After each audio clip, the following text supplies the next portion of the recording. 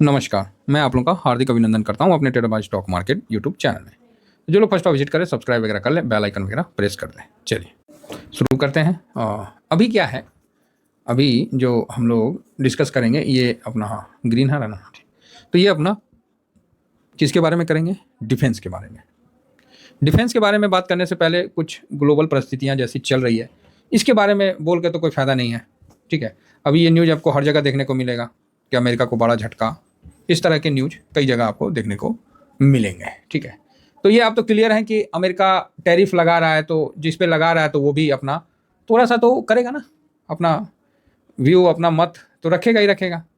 तो क्या मतलब इसका, कोई तो रिएक्ट तो होगा ही ना धीरे धीरे। तो पहले जो नाटो देश यूएस अम्ब्रेला के अंदर में आते थे, उनको अचानक से ऐसा लगा कि उनके छत से छतर ही गायब हो गया। ट्रम्प साहब आए, बोल दिया कि अपना अपना संभालो, ये नहीं कि सब चीज़ हमारे ऊपर ठिकरा फोड़ दो और तुम मज़े में लो, अपना अपना देखो, अपना अपना करो, बस बस बस बस। अब ये 27 जो छोटे मोटे देश थे सब व्याकुल हो गए कि जा ये कौन चीज़ हुआ, ये तो गया, छतरी गायब छतरी भाग गया इनको छोड़ के। अभी परेशान, अब क्या करे भाई, अब तो कुछ करना पड़ेगा। तो न्यूज़ देखिए, आपके पास कई चैनल है, सबका अपना अपना न्यूज़ आ रहा है। ठीक है, सब न्यूज़ बुरी तरह से दे रहे हैं कि यूरोपियन यूनियन के 27 देश मिलकर 800 बिलियन यूरो, ठीक है भाई, भाई साहब बहुत बड़ा राशि है, समझ रहे हैं, 800 बिलियन है। इनमें से 150 बिलियन यूरो से नए हथियार और गोला बारूद खरीदा जाएगा। नाटो के जो देश हैं इसमें अपना अपना चर्चा शुरू किया है। इसमें एक्टिव है कौन? जर्मनी, क्योंकि फ्रांस, इंग्लैंड, इनके पास तो परमाणु बम है, जर्मनी के पास कुछ ना है। द्वितीय विश्व युद्ध के बाद उनको बोला भाई साहब आप कुछ ना रखोगे। उसी तरह जापान का भी है, टेक्नोलॉजी आगे बढ़ गया है, सुरक्षा यूएस अम्ब्रेला दे रहा था, हो गया भाई काम। यहाँ फ्रांस, जर्मनी, पुर्तगाल सब अब आ गए कि नारे भाई ऐसे काम तो ना चलेगा, कुछ तो करना पड़ेगा डिफेंस के लिए। ये नहीं कि पता चला कि कहीं ट्रम्प में आक्रमण कर दे। तो ट्रम्प आक्रमण तो कर दिए हैं ना, ये तो युद्ध की कर ही दिए हैं उन्होंने। टैरिफ का जो क्या है वो युद्ध ही है, और अलग से मतलब क्या है। शुरू में आप लोगों को याद है नाटो के बीच में ट्रम्प साहब ने बोला था कि अपना अपना डिफेंस बजट बढ़ाओ, दो किसको?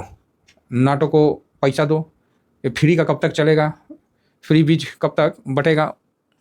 तो इस तरह का अनाउंसमेंट आपने सुना था, और उस समय मैंने बोला था ना कि अमेरिका इनसे साइड ले लेगा, इनसे अमेरिका जो है वो धीरे से साइड ले लेगा, बोलेगा भाई साहब अपना अपना काम करो, अपना अपना देखो, ये मेरे चक्कर में ये ना हो कि सब कुछ हम ही करते रहें और तुम लोग खाली क्रीम खाओ और हम लड़ाई करते रहें। तो डोनाल्ड ट्रम्प इस तरह का मतलब किए थे, और फाइनली वो बोले तो नहीं है लेकिन एक तरह से वो अपना इशारा दे ही दिए। तो सारे यूरोपियन देश ने बोला कि ठीक है, आखिर आप अपने बड़े भाई हो तो ऐसा करो कि आप मेरे को दे दो, क्या जहाज़ दे दो, F-35 दे दो। ये देखिए, जर्मनी ने, पुर्तगाल ने अमेरिका से 28 F-35 का डिमांड किया था, है ना। तो ये आप दिख रहा है, F-35 28, कनाडा ने 38, जर्मनी ने 35 ऑर्डर दिया था। लेकिन इनका जो टैरिफ का है ना उनको पसंद नहीं आया। बोला यार एक तो बड़ा भाई भी बोल रहे हैं, ऊपर से लठ हम ही को दे रहे हैं टैरिफ को लेके, तो ऐसा करिए कि अब हम लोग की बारी है। तो नाटो के देश ने F-35 खरीदने से सस्पेंस बना दिया है। ठीक है, क्या बना दिया? सस्पेंस।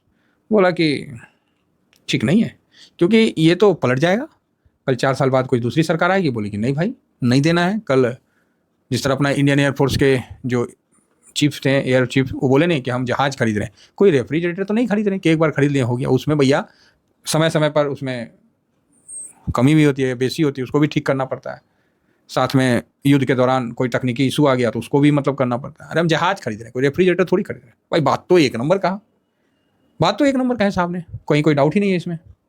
अब ये बात शायद यूरोप वाले को भी समझ में आने लगा, तो यूरोप ने भाई साहब अपना बोला कि नाटो के देश ने, तो पुर्तगाल, कनाडा ने तो कैंसिल ही कर दिया डील। बोला भाई भाड़ में जाओ, तुम रहो अपना F-35 रखो 28, उसके अलावा F-16, F-15 मतलब सब कैंसिल कर दिया। किसने? पुर्तगाल और कनाडा ने। तो काफ़ी बड़ा लॉस अमेरिका को लगा इससे, और काफ़ी बड़ा मतलब इससे अच्छा खासा लॉस लगा है। तो देखिए क्या होता है। अमेरिका ने क्या खेला, इन्होंने भाई साहब गोल्डन कार्ड बना के बोला भाई साहब गोल्डन कार्ड बना देते हैं, पैसे वाले लोग अमेरिका में आ जाएंगे, बाकी बाहर में जाए। बाकी भाड़ में जाए, इनका तो ये सीधा बात है कि भैया पैसे वाले आओ हमारे पास, हम तुमको गोल्डन कार्ड देंगे बस। तो अब आप बताओ, ये यूरोपियन देश बेचारे जो अभी तक अमेरिका के अम्ब्रेला में थे, अचानक से अम्ब्रेला बंद कर दिया। और इस चीज़ का संकेत आपको याद है कि जापान को बहुत पहले मिल गया था, और जापान अपने बजट में कर दिया था, डिफेंस बजट को बढ़ा दिया था। देखिए, जापान, जर्मनी, ये सब कोई नॉर्मल नहीं है, बहुत क्रूर योद्धा थे एक समय, बहुत, मतलब जापानियों का तो ऐसा है कि क्या बताया जाए। कई आप हिस्ट्री पढ़िएगा तो उनको आपको आइडिया होगा कि उन्होंने ऐसा ऐसा कॉलोनी बना रखा था, क्या नाम था उसका, ध्यान से उतर गया। कई ऐसे, मतलब बहुत क्रूर शासक हुआ करते थे, क्रूर शासन। इसमें जापान का नंबर आता था, जर्मनी का आता था, हिटलर जर्मनी के। तो भारत का आज तक ऐसा कभी नहीं आया। हम लोग क्या होता है, वचनबद्ध है, क्योंकि शुरू से हम लोग यही सीखे हैं, सनातन में यही सीखा है आदमी कि वो हस्तिनापुर से वचनबद्ध थे। बाहुबली में कटप्पा भी देख रहे हैं, अच्छा मतलब देखिए फिल्म कितना सुपर वचनबद्ध है, जो मतलब वाणी में अपनी वो झलकती है। रूस ने हम पे एहसान कर दिया था 71 पे, उसने दोस्ती का एक अच्छा, हालांकि वहाँ उसका भी निजी स्वार्थ था कि देखिए 2 ग्रुप होते हैं, कहीं भी जाइए 2 ग्रुप।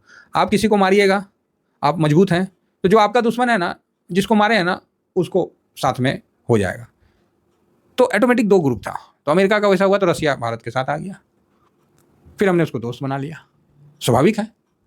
और आज रसिया पे कुछ हुआ तो हम भारत खड़ा हो गया, सबका विरोध करते हुए और शांति से।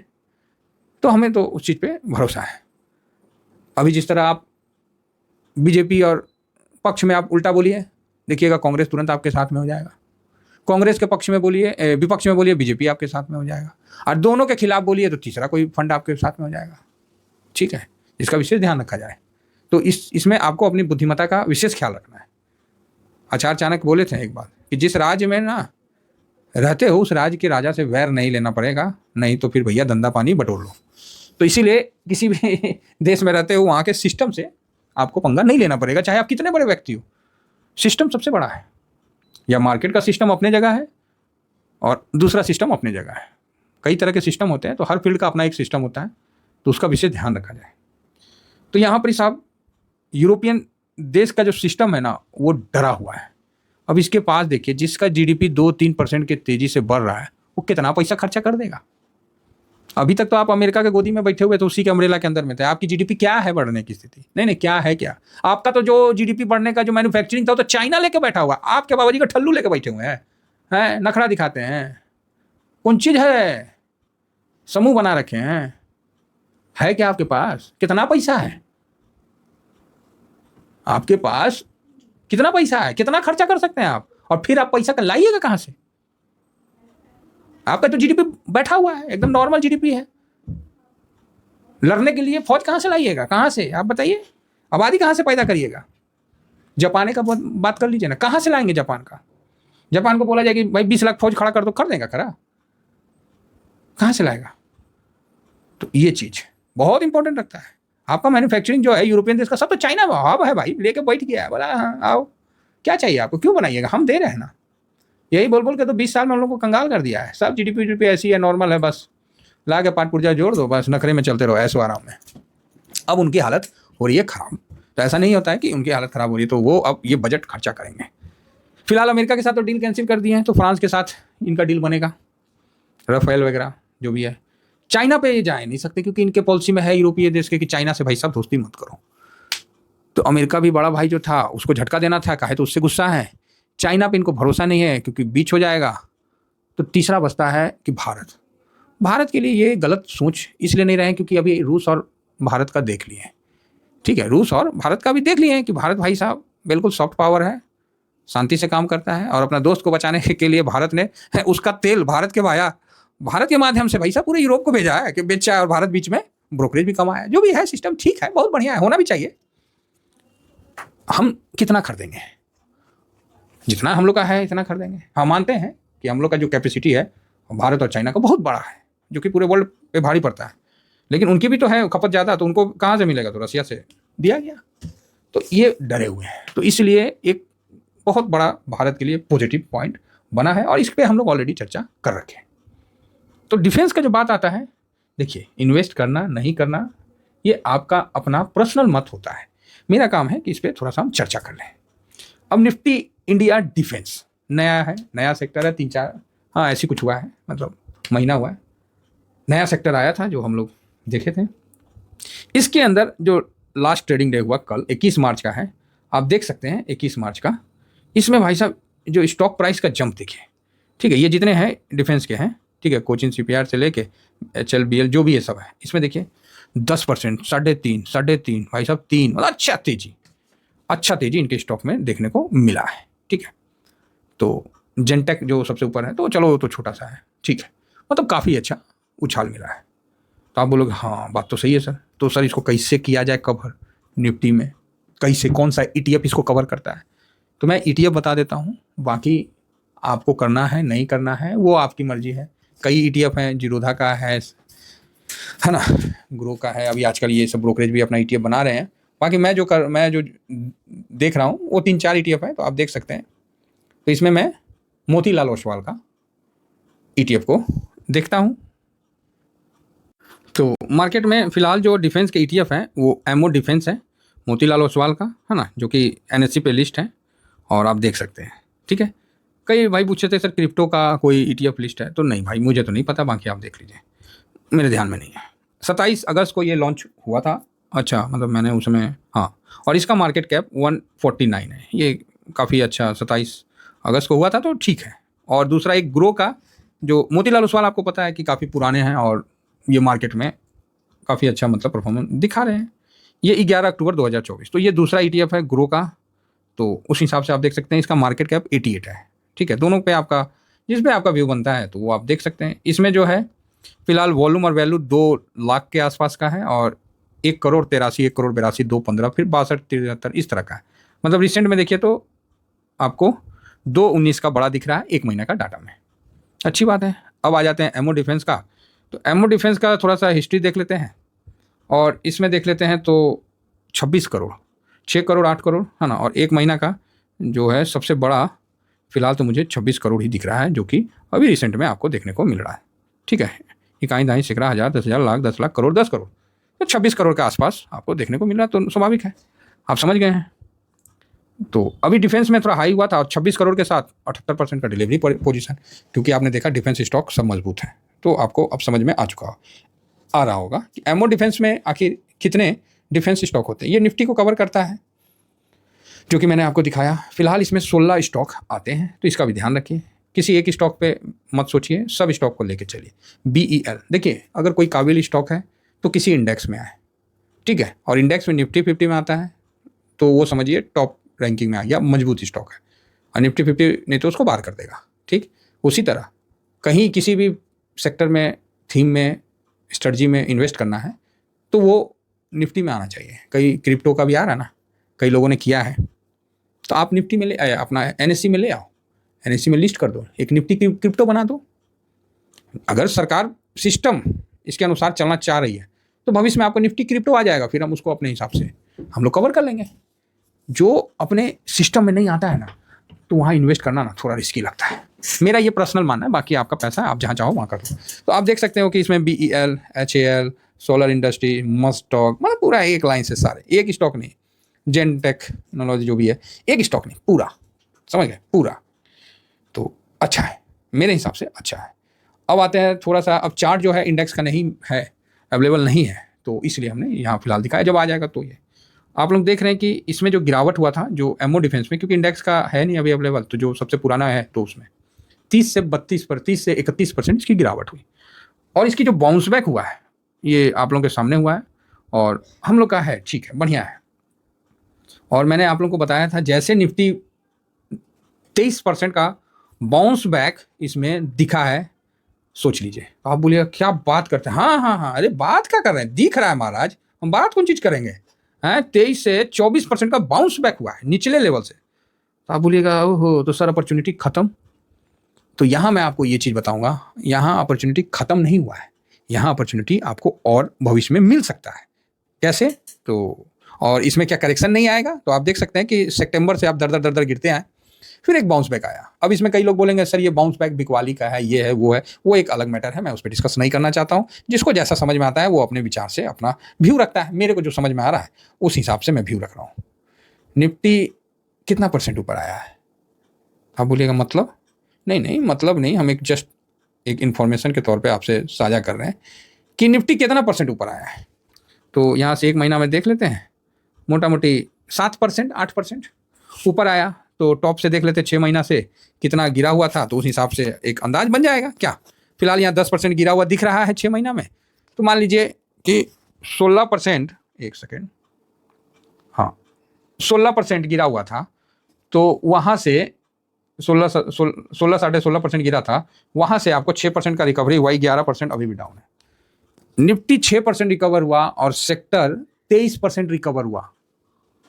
आप बोलिएगा ओहो खेला समझ गए समझे? मान लीजिए एक बात बताए, 16% गिरा हुआ है, रिकवर कितना हुआ? 6% 7%, एक अप्रॉक्स बता रहे हैं। सेक्टर कितना रिकवर हुआ है? डिफेंस वाला 31% मान लीजिए, अप्रॉक्स 30 31 32 जो होगा गिरा था, 23% रिकवर हो गया। बात समझ में आई? इसीलिए मैं आप लोगों को बोला था कि इस यू टर्न को पकड़ना है, यू टर्न को पकड़ना है। हो सकता है कि गिरावट और भी आ जाए, वो एक अलग बात है, लेकिन यहाँ क्या है, यू टर्न को पकड़ना है। साथ में जो 6% रिकवर किया तो इधर 23% किया, तो भाई ये 10% रिकवर करेगा तो ये कितना करेगा? आप बोलिएगा ओके, मतलब यहां से और इसमें 6% में 23 हुआ, तो 12% में 46 हुआ।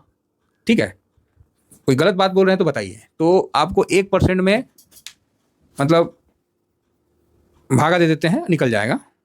मतलब 4% के हिसाब से एक इसका मतलब हुआ, 6 चौके 24 हो जाएगा ना, 6 चौके 24 हो जाएगा तो 23 है, तो मोटा मोटी आप 24 से पकड़ लो 4% का। अब बोलेगा ओके, तो 10% भागा, तब अभी भागेगा। अगर निफ्टी अपने हाई पे आएगा, क्या ये अपने हाई पे नहीं आएगा? हमेशा आया है, आगे भी आएगा, और इसको तोड़ के ऊपर भी जाएगा। 26,277 को तोड़ के 27,000 की तरफ सफर करेगा। जब वो यहाँ पर ही तोड़ के ऊपर निकलेगा, फिर ये कहाँ रहेगा? ये 40% दे देगा। तो आप बोलिएगा मतलब ये है कि सेक्टर ज़्यादा भागेगा। हमेशा ध्यान रखिए, गिरने में सेक्टर ज़्यादा गिरेगा। निफ्टी 6% रिकवर हुआ, डिफेंस 23%, और जो न्यूज बन रहा है वो डिफेंस के बिल्कुल अनुकूल बन रहा है। तो यहाँ पर ही आपको डिफेंस ETF पे भी और डिफेंस सेक्टर पे भी विशेष ध्यान देने की आवश्यकता है। आशा करता हूँ कि व्यू समझ गए होंगे, पहले भी हमने बताया था और आगे भी हम बता रहे हैं।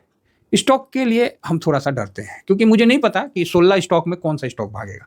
मुझे पूरा इंडेक्स के बारे में पता है समझे? हम लोग मोटा दिमाग का आदमी है ना सर, हम लोग को नहीं पता कि कहाँ क्या, पूरा ही उठा लो, पूरा बास्केट ही उठा लो। जब बास्केट का न्यूज है तो बास्केट भागेगा।